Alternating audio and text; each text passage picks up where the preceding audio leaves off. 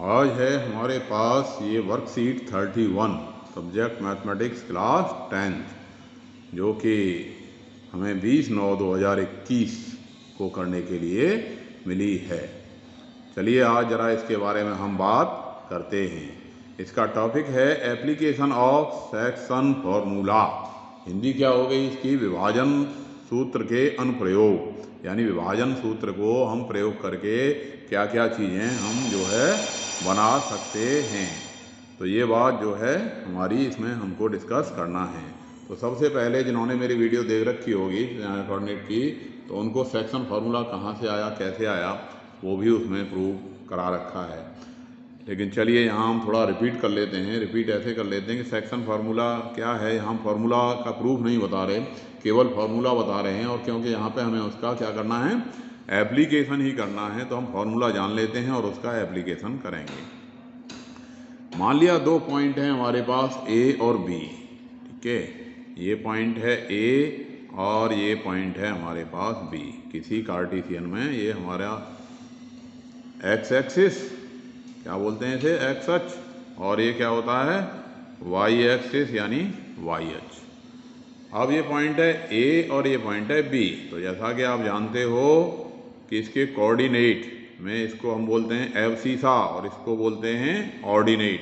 हिंदी में इसको बोलते हैं भुज और कोटि। x1 को भुज और y1 को कोटि। और x1 दूरी क्या होती है, जो हमने बिंदु मूल बिंदु क्या होता है, जहाँ पे x अक्ष और y अक्ष एक दूसरे को इंटरसेक्ट करते हैं, वो पॉइंट होता है हमारा ओरिजिन या मूल बिंदु। और मूल बिंदु से जो डिस्टेंस हम x एक्सिस के अलोंग चलते हैं वो दूरी क्या होती है, भुज। और जो y एक्सिस के अलोंग चलते हैं वो दूरी होती है कोटि। तो यानी ये जो डिस्टेंस बनी यहाँ से, ये जो डिस्टेंस बनी, ये डिस्टेंस हुई भुज x1, और ये जो डिस्टेंस बनी ये बनी क्या, y1। ऐसे ही अगर b के कोऑर्डिनेट हैं हमारे पास x2 एंड y2, तो हमने लास्ट उसमें बात की थी किसकी, डिस्टेंस फार्मूला की, और बताया था कि distance formula A B equal to root x2 minus x1 का square plus y2 minus y1 का स्क्वायर कैसे आया। चलिए अब इसमें मान लिया कोई पॉइंट P है हमारे पास, ये पॉइंट हमारे पास P है, जैसा कि इस वर्कशीट में दिखाया गया है, ये P पॉइंट है। और P इसको m/n में डिवाइड करता है। क्या करता है, इसको m/n में डिवाइड करता है, यानी इधर कोई संख्या और इधर भी कोई संख्या। मान लिया 3:2 में विभाजित करता है, तो इसका मतलब m की वैल्यू 3 और n की वैल्यू 2। तो यहाँ पे हम डायरेक्ट बता रहे हैं, प्रूफ नहीं बता रहे।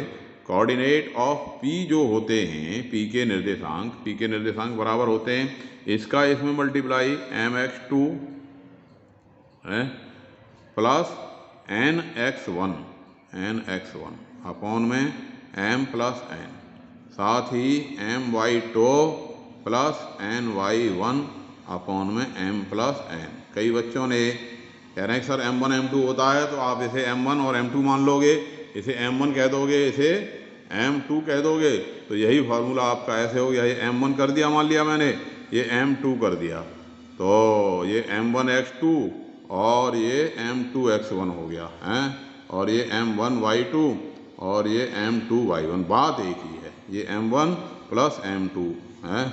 आप किसी तरीके से कर लो, बात वही है, इसमें कोई फर्क नहीं पड़ रहा। भाई mn कह लोगे तब भी वही बात है, m1 m2 कह लोगे तब भी वही बात है, ठीक है। तो ये हो गया हमारा फार्मूला। अब मान लिया एक मिड पॉइंट फार्मूला निकाल लें भाई, कि अगर मान लिया ये ए और ये बी, इसमें ये पॉइंट है हमारा ए और ये पॉइंट है बी, और ये इसका मिड पॉइंट है। अब मिड पॉइंट क्या करेगा, इसे 1:1 में विभाजित करेगा, यानी यहाँ पे AM/MB कितना आ गया, 1:1 आ गया, 1:1 आ गया। तो कोऑर्डिनेट ऑफ M क्या हो गए भाई, कोऑर्डिनेट ऑफ M। अब M यहाँ पे M1 की वैल्यू 1 हो गई और M2 की वैल्यू भी 1 हो गई, तो 1 इंटू x2 ऐसे लिख लो, 1 इंटू में x2 प्लस 1 इंटू में x1 अपॉन में 1 प्लस 1, और ये 1 इंटू में y2 प्लस 1 इंटू में y1 अपॉन में 1 प्लस 1।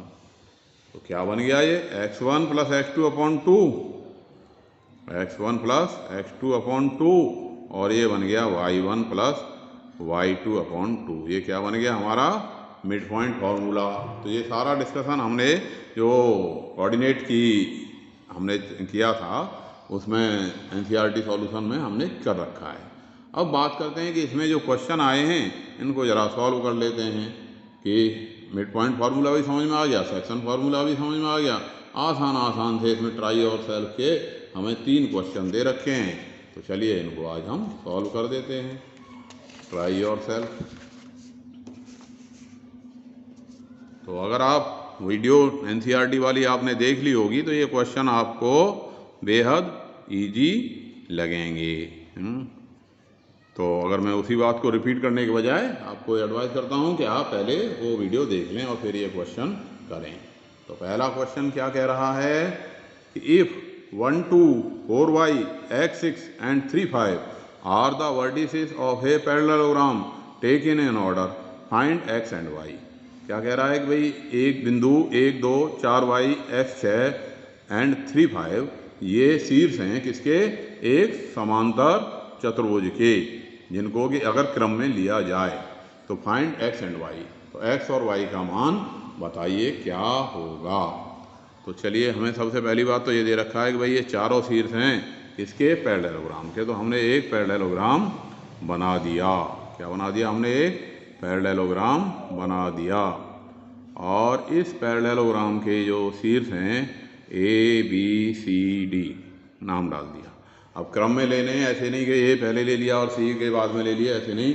जो भी हमें दे रखा है भाई ए पहला 1, 2, बी दूसरा यानी 4y, सी x6 और डी 3, 5 ये क्या हैं हमारे पैरेललोग्राम के वर्टिसेस हैं। और हमें क्या करना है, x और y का मान निकालना है, x और y की वैल्यू फाइंड करनी है।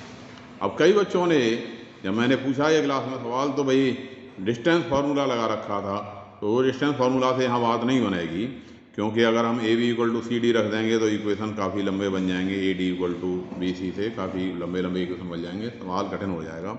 आसान तरीका इसका क्या है कि भाई पैरेललोग्राम की एक प्रॉपर्टी आपने 9th क्लास में पढ़ी थी। क्या पढ़ी थी कि इसके जो डायगोनल्स होते हैं वो एक दूसरे को बाइसेक्ट करते हैं। मान लिया पी पे काट गए, since diagonals of parallelogram, diagonals of a parallelogram bisect each other। क्योंकि पैरेललोग्राम के हिंदी में क्या लिखेंगे, क्योंकि समांतर चतुर्भुज के विकर्ण परस्पर समद्विभाजित करते हैं, इसलिए mid point of AC equal to mid point of BD। इसलिए AC का डायगोनल AC का मिड पॉइंट बराबर मिड पॉइंट ऑफ BD के मिड पॉइंट के बराबर होगा। अब AC का मिड पॉइंट क्या बन गया, ये बन गया x प्लस 1/2 और ये क्या बन गया 2 प्लस 6/2 भाई x1 plus x2/2 y1 plus y2/2 वही फॉर्मूला अभी जो हमने लिखा था मिड पॉइंट का। और इधर ये क्या बन गया 4 प्लस 3/2 और y प्लस 5/2 ऐसे बन गया कि नहीं भाई, दोनों का से हमने मिड पॉइंट निकाल दिया। तो इससे क्या हो गया, इसलिए x प्लस 1/2 इक्वल टू 4 और 3 कितना हो गया 7/2 और ये 2 से 2 कट गया, यानी x प्लस 1 बराबर क्या आया 7, यानी x की वैल्यू क्या आ गई 6। इसी तरह से y प्लस 5/2 y प्लस 5/2 इधर कितना हो गया 6 और 2 8, तो ये हो गया 8/2। अब 2 से 2 खत्म, y प्लस 5 बराबर क्या आ गया 8, तो y की वैल्यू कितनी आ गई 8 माइनस 5 यानी कि 3। तो इस तरह से हमारा सवाल खत्म हो गया भाई, x की वैल्यू भी निकल आई और y की वैल्यू भी निकल आई। चलिए अगले सवाल पे आ जाते हैं। दूसरा क्वेश्चन क्या बोल रहा है कि if a and b are -2 and -2, if A and B are, यदि ए और B -2 and 2 - 4 respectively, find the coordinate of P such that A P equal to 3/7 A B and P lies the line segment A B. क्या कह रहा है कि भाई A B कोई line segment है, ए बी क्या है, ए बी एक रेखाखंड है। दूसरा क्वेश्चन हो गया हमारा, ये ए बी हमारे पास कोई रेखाखंड है, ए बी। चलिए बना दिया हमने। और ए के कोऑर्डिनेट हैं -2 एंड -2, बी के कोऑर्डिनेट हैं 2 एंड -4, ठीक है। ए के कोऑर्डिनेट हैं -2 एंड -2 और बी के कोऑर्डिनेट हैं 2 एंड -4, और ए पी इक्वल टू हमें दे रखा है 3/7 ए बी। ए पी कितना दे रखा है, 3/7 ए बी, ठीक है कि नहीं। अब कह रहा है कि भाई इस तरह से ए पी जो है, पी यहाँ पर है और ये पूरे ए बी का 3/7 भाग है, 3/7 भाग है, यानी 3 हिस्सा इधर है, तो बाकी इधर कितना हिस्सा रह गया, 4 हिस्सा इधर रह गया। भाई टोटल 7 हिस्सों में डिवाइड करें तो इधर हो गए कितने, 3 हिस्से, और इधर कितने रहेंगे फिर, 7, ठीक है। तो ये क्या हो गया, रेशियो 3/4। समझ आ गई बात नहीं, कि ये P जो है इस लाइन सेगमेंट AB को 3/4 में डिवाइड कर रहा है, इसका यह अर्थ हुआ। इसलिए बस सीधी फिर तो फॉर्मूला लगा देना है, कोऑर्डिनेट ऑफ P, यानी हिंदी में क्या लिखेंगे, P के निर्देशांक बराबर कितने हो गए, 3 गुणा में 2, 3 इंटू में 2 प्लस 4 इंटू में -2 अपॉन में 3 + 4, और इधर हो गया 3 इंटू में -4 प्लस 4 इंटू में -2, 4 इंटू में -2 अपॉन में 3 + 4, ब्रैकेट बंद। ये आ गया, सरल कर देते हैं, 3 दूनी 6 -8 बट्टे में 7, और इधर क्या आ गया, ये 3 चौके 12 माइनस का 12, 4 दूनी 8 माइनस का 8 बट्टे में 7। तो ये बन गया हमारे पास 6 में से 6 - 8 कितना आ गया, -2, -2/7, -12 और -8 कितना आ गया, -20 अपॉन में 7। तो इस तरह से ये कोऑर्डिनेट ऑफ P हमारे निकल आए। अब है हमारे पास इसी का ये क्वेश्चन नंबर 3। क्या कह रहा है ये क्वेश्चन नंबर 3, क्या कहता है, क्वेश्चन नंबर 3, ट्राई योरसेल्फ का, if 4P and 10 are end points, if 4P and 10 are end points of the diameter of a circle of length 10 centimeter, अब find the coordinate of the center of the circle। क्या कह रहा है कि एक circle के diameter के and point हैं 4P and 10, ठीक है। क्वेश्चन कह रहा है कि भाई कोई सर्किल है, चलिए मैंने एक रफ फिगर ड्रॉ कर दी, एक सर्किल बना दिया, ठीक है, ये सर्किल मैंने एक बना दिया और इसका डायामीटर खींच दिया, मान लिया AB इसका क्या है, डायामीटर है, और A के कोऑर्डिनेट हैं 4P और B के कोऑर्डिनेट हैं 10। अब इसमें ये कह रहा है कि भाई इसके कोऑर्डिनेट, एंड पॉइंट्स के कोऑर्डिनेट दे रखे हैं और सर्किल की लेंथ 10 सेंटीमीटर है।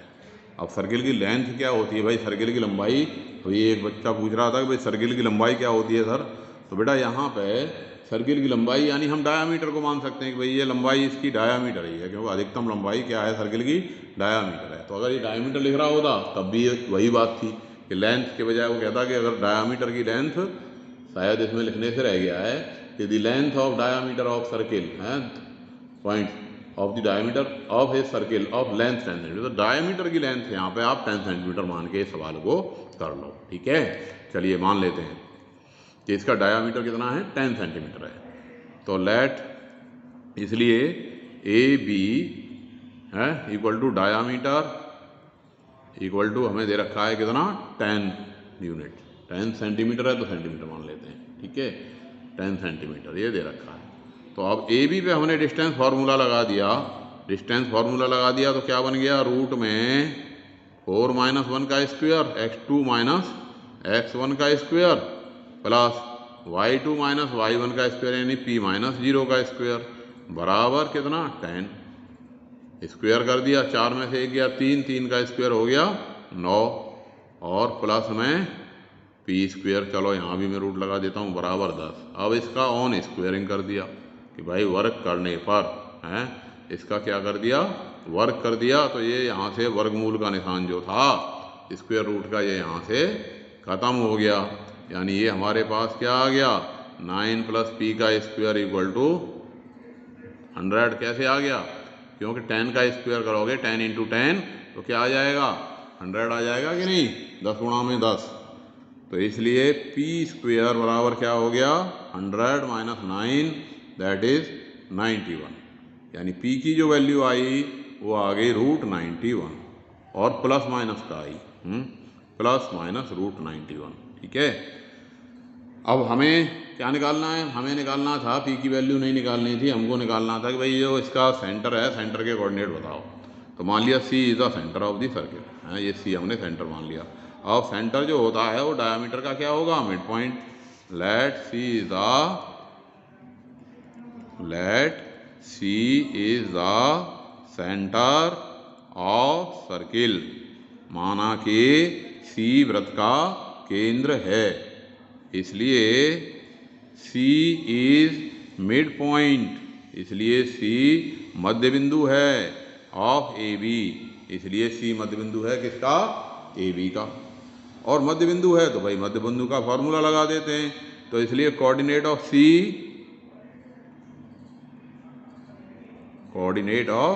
मिड पॉइंट फार्मूला लगा दिया।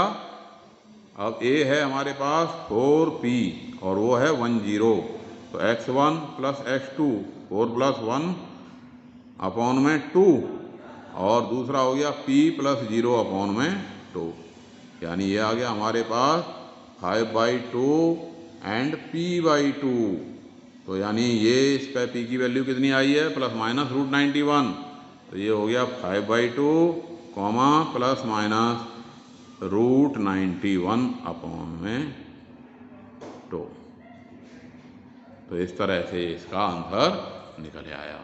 तो इस वर्कशीट 31 को सभी बच्चे कर लेंगे। मिलेंगे नेक्स्ट वीडियो में, धन्यवाद।